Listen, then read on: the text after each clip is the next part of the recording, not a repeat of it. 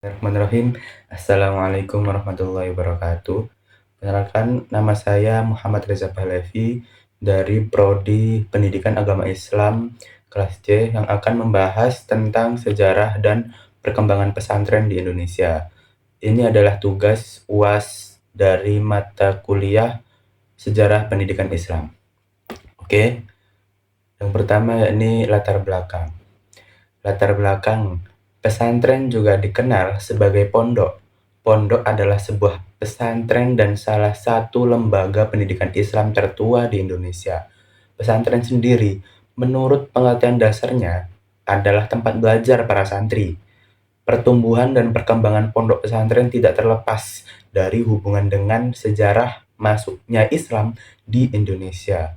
Pesantren di Indonesia juga banyak macamnya, seperti yang pertama adalah pesantren Salafi, kemudian yang kedua pesantren modern, dan yang ketiga adalah pondok pesantren semi modern, yakni pondok pesantren yang menggabungkan ajaran Salafi dan ajaran modern. Kemudian rumusan masalah. Yang pertama, rumusan masalah pada pembahasan saya kali ini, yakni apa yang dimaksud dengan pesantren, kemudian apa saja unsur-unsur pesantren, lalu bagaimana perkembangan kelembagaan pesantren di Indonesia, kemudian apa peran pesantren dalam pendidikan Islam, dan yang terakhir yakni salah satu contoh pesantren yang ada di Indonesia. Lanjut ke pembahasan. Pesantren atau pondok pesantren adalah lembaga pendidikan agama Islam khas Indonesia, telah menjadi sebuah lembaga yang sudah mengakar dalam masyarakat. Hampir semua orang mengetahui lembaga yang bernama pondok pesantren tersebut. Berapa ahli mengatakan muncul pesantren dimulai seiring dengan datangnya Islam ke Indonesia. Nah, asal muasal nama pesantren. Kata pesantren berkaitan dengan kata santri yang diberi imbuhan awal pe dan akhiran an. Istilah santri diambil dari kata sastri yang berasal dari bahasa India. Dalam bahasa Sanskerta bermakna orang yang mengetahui kitab suci Hindu. Dalam bahasa Indonesia, pesantren berarti tempat tinggal para pelajar yang mengikuti pelajaran agama. Sejarah munculnya pesantren oleh beberapa ahli dikatakan dimulai seiring dengan datangnya Islam ke Indonesia, tepatnya di daerah Aceh. Sementara pendapat lain menyebutkan bahwa pesantren muncul pertama kali di Jawa, yang dibawa oleh Syekh Maulana Malik Ibrahim, tepatnya di desa Gapura, yakni di Gresik, Jawa Timur. Dan tokoh yang paling dianggap berhasil mengembangkan dan mendidik generasi ulama pada saat itu adalah Sunan Ampel yang mendirikan pesantren di Kembang Kuning, Surabaya. Hingga saat ini, pendidikan pesantren telah mengalami perubahan dan dinamika yang sangat cepat seiring dengan perubahan dan perkembangan zaman. Sehingga corak dan warnanya juga beragam antara satu dengan yang lain. Kemudian, awal mula adanya pesantren. Pesantren merupakan lembaga pendidikan yang dilaksanakan dengan sistem asrama atau pondok. Awal mula adanya pondok pesantren tidak terjadi secara langsung dibangunnya pondok yang besar dan megah. Umumnya, suatu pondok pesantren berawal dari adanya seorang kiai di suatu tempat. Kemudian datanglah seorang santri yang ingin belajar agama kepada sang kiai tersebut. Setelah semakin hari, semakin banyak santri yang datang kepada kiai tersebut untuk menimba ilmu agama secara mendalam. Kemudian timbullah inisiatif sang kiai untuk mendirikan pondok atau gubuk, atau biasa kita sebut yakni asrama di samping rumah kiai. Pada zaman dahulu kiai tidak merencanakan bagaimana membangun pondoknya itu, namun yang terpikir hanyalah bagaimana mengajarkan ilmu agama supaya dapat dipahami dan dimengerti oleh santri. Kiai saat itu belum memberikan perhatian terhadap tempat-tempat yang didiami oleh para santri, yang umumnya sangat kecil dan sederhana. Mereka menempati sebuah gedung atau rumah kecil yang disebut gubuk. Mereka dirikan sendiri di sekitar rumah kiai. Nah, semakin banyak jumlah santri, semakin bertambah pula gubuk-gubuk yang didirikan. Para santri selanjutnya mempopulerkan keberadaan pondok pesantren tersebut, sehingga menjadi terkenal kemana-mana.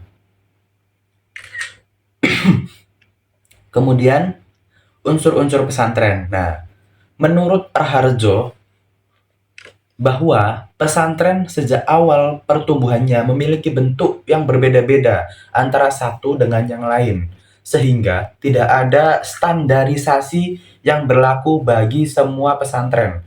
Namun begitu, dalam proses pertumbuhan dan perkembangannya, pesantren memiliki pola umum atau unsur umum yang menjadi ciri khasnya. Misalnya, kiai sebagai figur utama dalam pondok pesantren tersebut. Kemudian masjid sebagai pusat aktivitasnya. Kemudian santri sebagai peserta didik atau siswa. Pondok atau asrama sebagai tempat tinggal para santri. Kemudian perkembangan pesantren. Nah, pada awal abad ke-14, pondok pesantren pertama kali muncul di Indonesia pada abad ke-14 yang didasarkan pada Babat Demak. Nah, sebuah karya tulis sastra klasik Jawa. Pondok ini bertujuan untuk mengajarkan agama melalui pendidikan dan yang didirikan oleh Syekh Maulana Malik Ibrahim, yang juga dikenal sebagai Syekh Maghribi. Kemudian yang kedua yakni pertumbuhan pesantren bersama dengan kegiatan tarekat. Sejak saat itu, pesantren berdiri bersama dengan kegiatan tarekat di wilayah Indonesia. Salah satu cara penyebaran Islam di Indonesia adalah dalam bentuk tarekat yang dipelopori oleh kiai dan para ulama. Kemudian yang ketiga, yakni pemerintahan pesantren setelah adanya Republik Indonesia. Setelah adanya Republik Indonesia pada tahun 1942, pesantren menjadi lembaga pendidikan agama Islam yang disegani dan didukung negara Indonesia. Pesantren merupakan lembaga pendidikan Islam tertua di Indonesia. Kemudian yang terakhir yakni perkembangan pesantren era modern. Pesantren telah mengalami perubahan dan adaptasi dalam perkembangan zaman dan teknologi. Misalnya, adanya pembelajaran pada santri terhadap teknologi. Kemudian adanya syiar tentang kepondok pesantrenan di beberapa media, contohnya seperti YouTube atau Instagram. Kemudian peran pesantren dalam pendidikan Islam, dalam mencerdaskan kehidupan bangsa.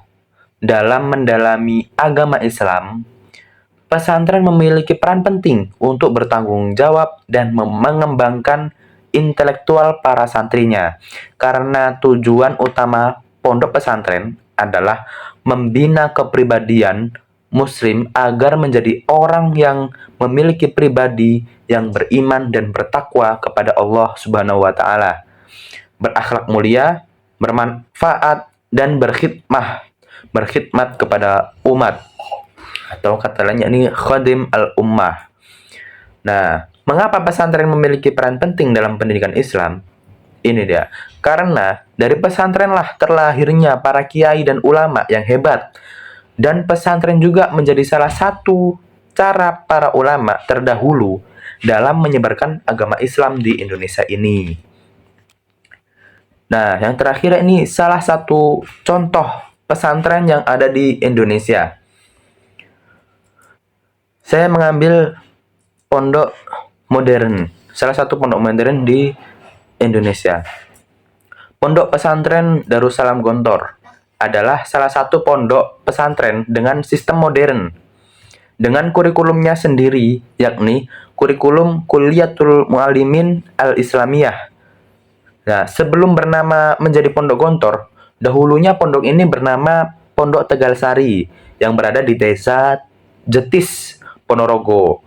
Pondok Tegalsari ini didirikan oleh Kiai Ageng Muhammad Hasan Besari yang bermula pada tahun 1680 Masehi. Pondok Tegalsari sangat masyhur pada masanya, sehingga didatangi ribuan santri dari berbagai daerah di pelosok Nusantara. Pondok Tegalsari juga dijuluki sebagai Gontor Lama, karena Pondok Tegalsari lah, menjadi cikal bakal berdirinya Pondok Modern Darussalam Gontor. Pondok Gontor ini diambil dari nama desa tersebut yang memiliki kepanjangan yakni Panggonan Kotor. Nah, dinamakan Panggonan Kotor, Desa Gontor, karena dulunya adalah tempat orang-orang di sekitar situ untuk berbuat segala macam maksiat. Nah, semua jenis larangan Allah yang harus dihindari dan ditinggalkan berkumpul dan menumpuk di satu tempat situ.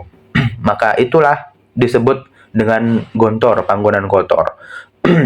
Kemudian para pendiri Pondok Gontor, Darussalam Gontor baru mencoba untuk berdakwah di desa tersebut dengan cara yang membuat orang di tempat itu agar tertarik untuk mendatangi dan mendengarkan apa yang akan didakwahkan oleh para kiai pendiri Pondok Gontor. Nah, kiai yang sering berdakwah di daerah desa tersebut adalah Kiai Ahmad Sahal. Beliau berdakwah dan mengajarkan pedoman agama Islam dengan cara seni bela dirinya yang beliau miliki. Beliau selalu memberi pertunjukan keahliannya dalam bela diri. Dan agar para warga berdatangan, Kiai Sahal menggunakan kembang api atau mercon untuk memanggil para warga agar berbondong-bondong untuk datang karena ada sesuatu yang menarik bagi mereka. Dan akhirnya desa tersebut lama-kelamaan menjadi tempat yang syahdu dan damai karena suasana yang dahulu berubah menjadi tempat ladang ilmu keagamaan dan tempat jihad para muslimin untuk lebih mendalami ajaran Islam. Mengapa menjadi tempat untuk berjihad? Karena pada zaman itu negara Indonesia belum mendapatkan kemerdekaannya atas tanah Nusantara yang dijajah. Dan dahulu, pondok pesantren menjadi peran penting dalam kemerdekaan Indonesia.